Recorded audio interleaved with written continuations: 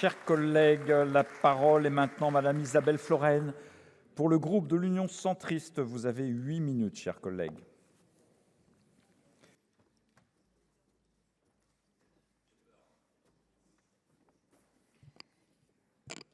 Monsieur le Président, Monsieur le Garde des Sceaux, Monsieur le rapporteur, mes chers collègues, quasiment 5 ans, jour pour jour, après la première présentation de ce texte devant notre Assemblée, nous voici à nouveau réunis pour débattre de cette proposition de loi constitutionnelle complétant l'article 1er de notre Constitution. À l'époque, les débats étaient marqués par le terrible assassinat du professeur d'histoire Samuel Paty, tué parce qu'il avait montré à ses élèves des caricatures de Mahomet dans le cadre d'un cours sur la liberté d'expression prévu dans le programme d'enseignement moral et civique. Je m'incline devant sa mémoire. 5 années se sont écoulées, malheureusement, le cycle des assassinats motivés par des considérations religieuses ne s'est pas interrompu.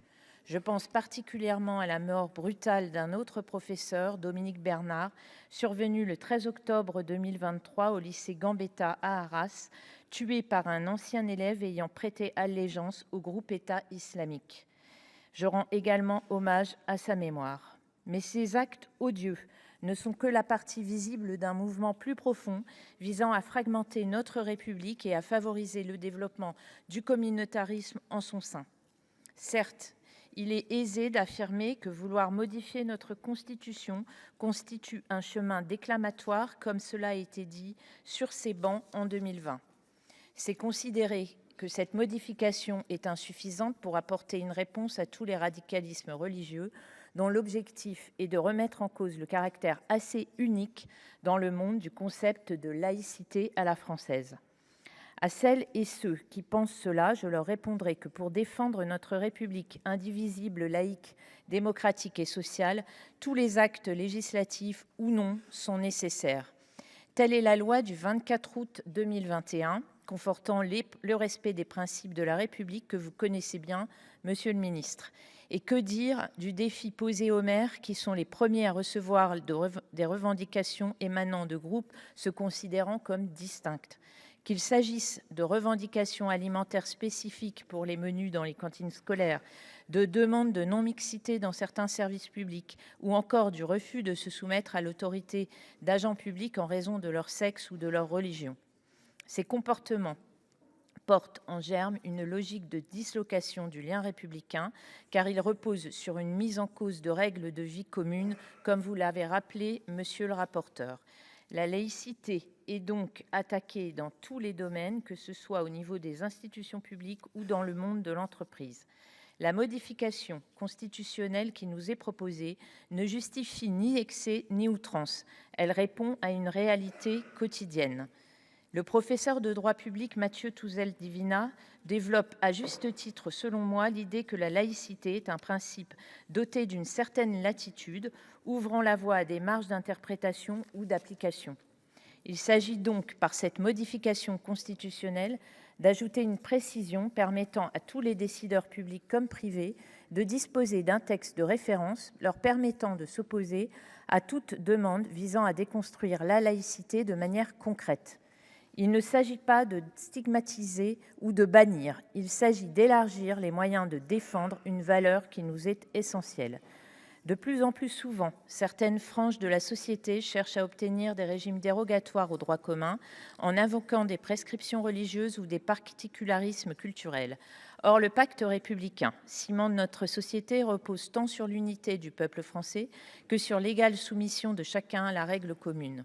Cette proposition de loi constitutionnelle vise à réaffirmer face aux revendications communautaires la prééminence de la norme républicaine.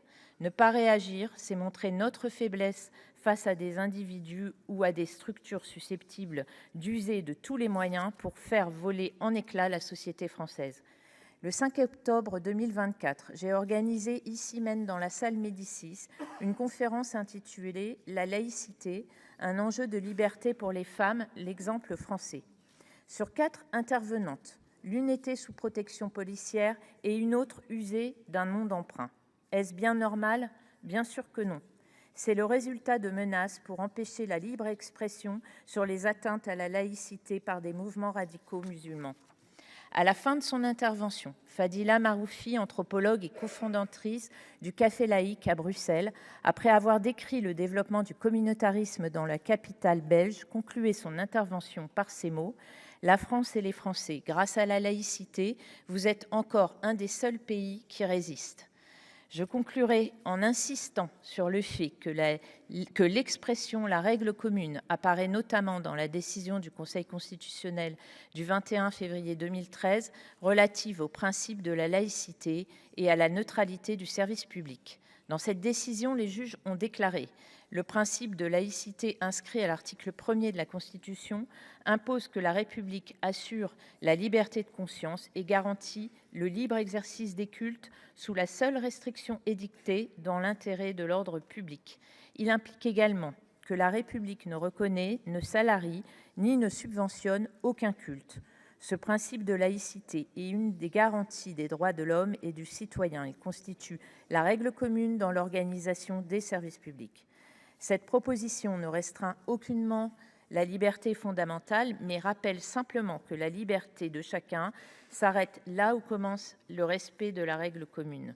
Face aux menaces de fragmentation sociale, réaffirmer les fondements du pacte républicain est un acte de lucidité et de responsabilité.